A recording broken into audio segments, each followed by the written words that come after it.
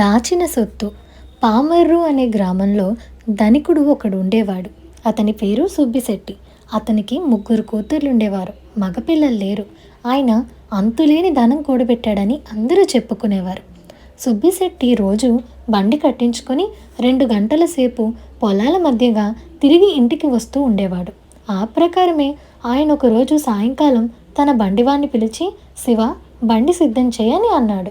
బండి తోలే శివుడు బండికి గుర్రాన్ని పూంచి తెచ్చాడు. ధనికుడు అందులో ఎక్కి బయలుదేరాడు. 1 గంట సేపు గడిచాక శివుడు చీకటి పడబోతుండడం గమనించి, బాబు, బండి వెనక్కు మళ్లించేదా అని అడిగాడు. బండిలో నుంచి ఎటువంటి జవాబు రాలేదు.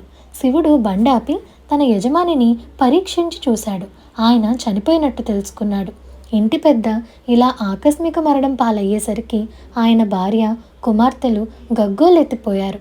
ఆయన ఆస్తిపాస్తులకు సంబంధించిన వివరాలు ఏవీ ఎవ్వరికీ తెలియదు. అంతకంటే దారుణమైన సంగతి ఏంటంటే ఆయన ఇనప్పెట్టిలో కొద్దిపాటి డబ్బే ఉంది. లోకమంతా అనుకునే దాంట్లో ఇసుమంతైనా అక్కడ లేదు. ఈ పరిస్థితి చూసి ధనికుడి భార్య హతాశురాలైపోయింది. ఆమెకు ఏం చేయడానికి చెయ్యి కాలు ఆడలేదు. పెళ్ళిళ్ళు కావలసిన ఆడపిల్లలు 3 ఉన్నారు. బండి తోలే కుర్రవాడు శివుడు తప్ప మరొక మగదిక్కు లేదు. అందుచేతనే ఆమె వాణ్ణి వెంటనే ఉద్యోగం నుంచి తొలగించక ప్రతిదానికి వాడిపైనే ఆధారపడుతూ వచ్చింది. తన యజమాని ఉత్తర క్రియలు జరపటానికి శివుడు ఎంతగానో సహాయపడ్డాడు. కొద్ది రోజులు గడిచాక ఒక రాత్రి ఇంట్లో ఎవరో నడుస్తున్నట్టు టపటపా అడుగుల చప్పుడు వినిపించింది. ధనికుడి భార్య అదిరిపడి నిద్రలేచింది. వంటింట్లో పాత్ర సామగ్రి ఎవరో గిరాటేసినట్టు చప్పుళ్ళు వినిపించాయి. తరువాత తన భర్త వంటింటి నుంచి పడక గదిలోకి రావడం ఆమెకు స్పష్టంగా కనిపించింది. ఆయన మంచాల మీద నుంచి పరుపులను ఈడ్చేశాడు. పెట్టెల మీద దబదబా బాదాడు.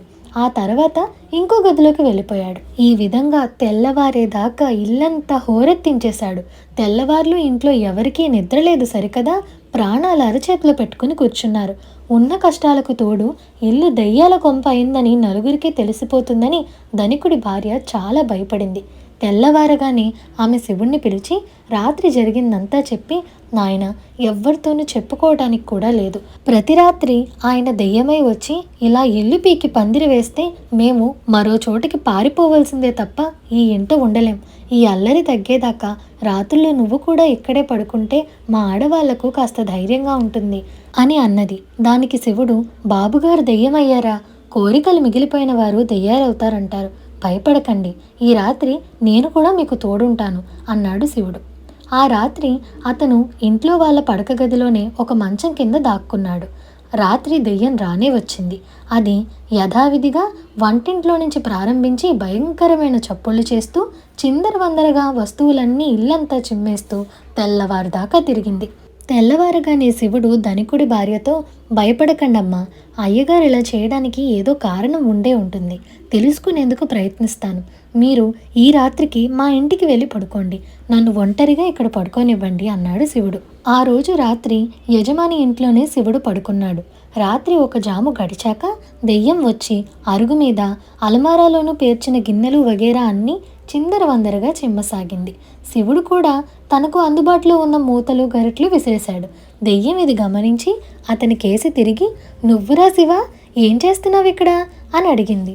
ఇప్పుడు నేను కూడా మీతో పాటేగా బాబు అన్నాడు శివుడు. ఏంటి, నువ్వు కూడా చచ్చిపోయావా? నాకు తెలియదే అన్నది దెయ్యం. తెలిసే గడువు ఎక్కడుందండి, నేను పోయింది మొన్నే కదా అన్నాడు శివుడు. బేష్, ఒకరికొకరు తోడుగా ఉన్నామన్నమాట. పడక గదిలోకి పోయి అక్కడ ఉన్న వస్తువులు కూడా గిరాటేద్దాం పదా అంటూ దెయ్యం తలుపు గుండానే అవతలకు పోయింది. శివుడు మాత్రం తలుపు తెరిచి మళ్ళీ వెంటనే మూసి అవతలకు వెళ్ళి దెయ్యంతో పాటు తాను కూడా వస్తువులు గిరాటేయసాగాడు. మధ్యలో ఆగి శివుడు, అయితే బాబు, మీరిలా ఎందుకు చేస్తున్నట్టు అని అడిగాడు. ఏం చెప్పనురా శివ, సామాన్ల కొట్టులో 3 నాపరాల కింద 3 నిధులు పాతిపెట్టాను. 1 కుండ నిండా బంగారం, 1 కుండ నిండా వెండి, 3వ కుండ నిండా రత్నాలతో చేసిన నగలున్నాయి. వాటి సంగతి నాకు తప్ప మరెవరికీ తెలీదు. అందుచేత బెంగపడిపోయి ఏం చేయటానికి లేక ఇలా చేస్తున్నాను అన్నది దెయ్యం. అలా చెప్పండి, నేను నా జీవితంలో మిగిల్చి దాచిన 100 వరహాల కోసమే ఇంత తపన పడుతుంటే అంత సొమ్ము దాచిన మీరు ఇంకెంత తపన పడాలి అన్నాడు శివుడు. అవునురా, చూడు, ఈ 3 నాపరాల కిందే నేను నిధిని దాచింది. ఇదంతా అయిన వాళ్ళకు కాకుండా ఎవరికో అవుతుందని నా బెంగ అన్నది దెయ్యం. దెయ్యం చూపిన నాపరాళ్ళు శివుడు గుర్తుపెట్టుకున్నాడు. తెల్లవారవుతుండగా శివ, ఇక మనం వెళ్ళిపోవాలి, ఇక్కడ ఉండరాదు అన్నది. మీరు వెళుతూ ఉండండి బాబు, నా 100 వరహాలు భద్రంగా ఉన్నాయో లేదో చూసుకొని మిమ్మల్ని వచ్చి కలుస్తాను, మళ్ళీ ఎవరైనా తవ్వుకుపోతారేమో అని నా బెంగ అన్నాడు శివుడు. దెయ్యం శివుడి కోసం ఆగకుండా చీకట్లో పడి వెళ్ళిపోయింది. తెల్లవారగానే ధనికుడి భార్య కూతుళ్ళు తిరిగి ఇంటికి చేరుకున్నారు. శివుడు వాళ్లకు రాత్రి జరిగిందంతా చెప్పి వాళ్ళ ఎదుటనే పలుగుతో నాపరాలను తవ్వి ఎత్తాడు. దెయ్యం చెప్పినట్టే వాటి కింద బంగారం, వెండి, రత్నాల నగలు దొరికాయి. ఇక బాబుగారి దెయ్యం మిమ్మల్ని బాధించదు, నాకు సెలవిప్పించండి అన్నాడు శివుడు యజమానిరాలితో. ఆవిడ వాడితో, అప్పుడే మమ్మల్ని వదిలేసి ఎలా పోతావు? 2-3 రాత్రులైనా ప్రశాంతంగా గడవకపోతే మా ప్రాణాలు ఎగిరిపోవా? 2 రోజులు మాకు తోడుగా పడుకో, తర్వాత సంగతి చూద్దాం అన్నదావిడ.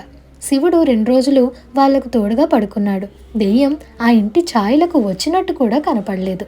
దీంతో 3వ రోజున ధనికుడి భార్య, శివ, నువ్వు మాకు చేసిన మేలు ఎన్ని జన్మలకు తీరేది కాదయ్యా. అందుచేత నేనొక ఆలోచన చేశాను. నా 3 కూతుళ్ళు పెళ్లి చేసుకుని వెళ్ళిపోతే నేను ఒంటరిదాన్ని అయిపోను. అందుచేత ఒక్క కూతుర్నైనా నా వెంట ఉంచుకుందామని ఉంది. నా 3వ కూతురంటే నాకు ఎక్కువ ఇష్టం. తనని నీకిచ్చి పెళ్లి చేస్తాను. మీ ఇద్దరికి ఈడు జోడు బాగుంటుంది. ఇద్దరూ నా వద్దనే ఉండిపోండి నాయనా అని అన్నది. మొదట శివుడు ఈ ఆలోచనకు నిర్ఘాంతపోయాడు.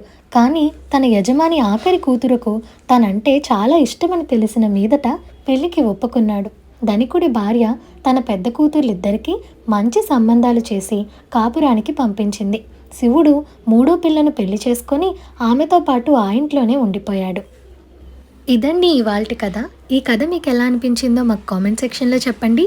అలాగే మీకు ఈ వీడియో నచ్చినట్లయితే like, share, subscribe to Priya stories Telugu. Thank you for watching.